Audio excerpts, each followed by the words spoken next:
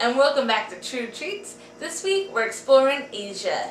We are making pho, a beef noodle dish from Vietnam, and pork bao from China.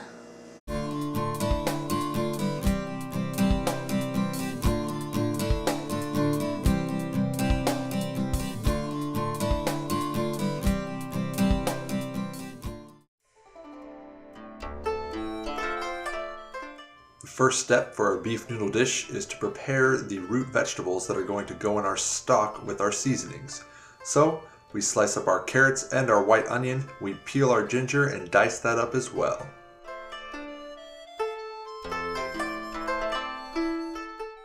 We take our root vegetables and we throw them in a pan, and then we add in those seasonings.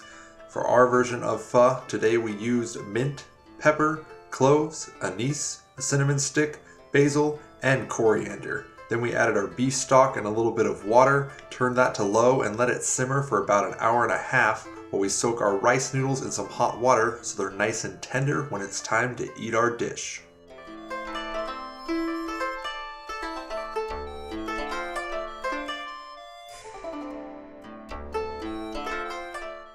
Pho is a beef noodle dish that is a street food served to the common person. It originated in North Vietnam in the 20th century and was traditionally served to Vietnamese and French people, which is why it is considered a fusion of culture. It has now gained popularity worldwide, but its first known reference was in a book called The Recipe of All Nations, written in 1935. What makes this dish unique is the variations in cooking method, which leads there to be no official known recipe for pho.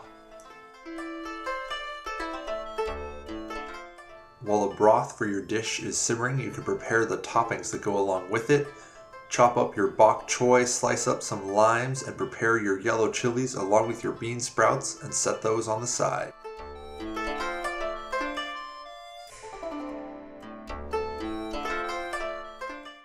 Slice your flank steak nice and thin so when you pour your broth over it, it'll cook it perfectly to medium rare.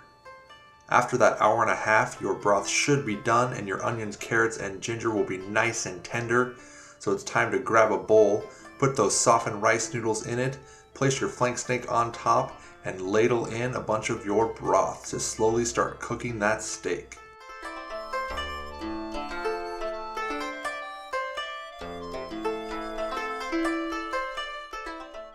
Once the broth is in the bowl, grab your toppings and add them to your dish, then grab a spoon and fork or some chopsticks if you prefer, and enjoy.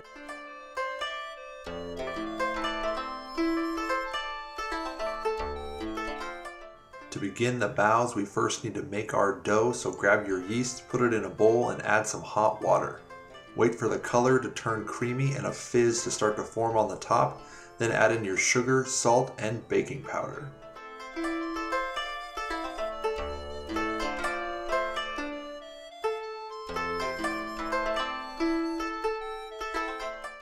Once those ingredients are in, add in your flour and begin to knead within the bowl.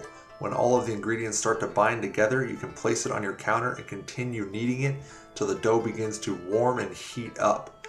Once that happens, you want to put it back into a bowl, place a towel over it, and let the dough rise for about 30 to 45 minutes.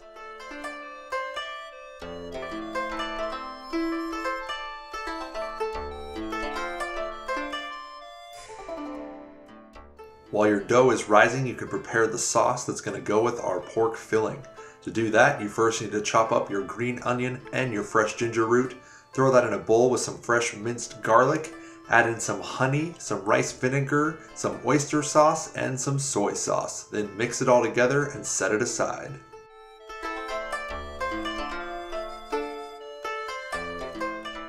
Bao is a steamed bun, traditionally stuffed with pork. They were invented by a scholar in the 3rd century AD. They are known to be a portable dish stuffed with a variety of fillings. What makes them so special is the method they are cooked. They are steamed to create that unique texture. To prepare our pork for this dish, first trim off any unnecessary fat, then coat all sides with 5-spice seasoning, throw it in a nice hot pan and evenly cook it till it's nice and brown. Once you're done with that, chop it up nice and small, throw it back in your bowl with your sauce, and give it a nice stir. When cooking your pork, it will go from a nice soft touch to a stiff touch, which will help you know when it's just about done.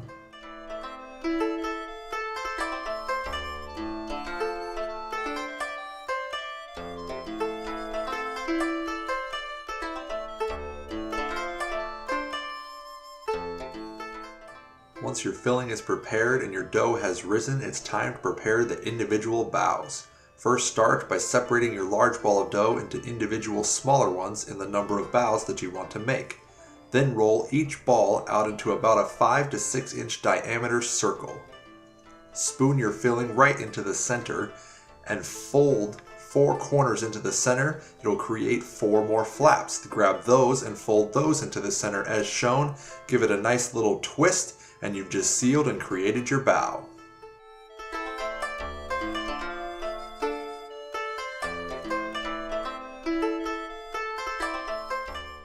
Place your baos in a steamer or in a pan with a shallow amount of water and a steamer dish on top. Cook them for about 10 to 12 minutes and then, yes, it's time to enjoy.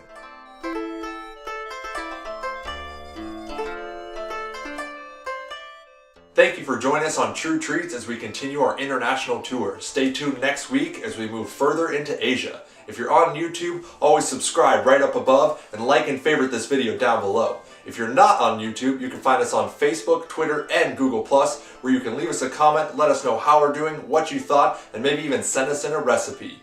Stay tuned next week as we continue on, and always remember, keep on cooking.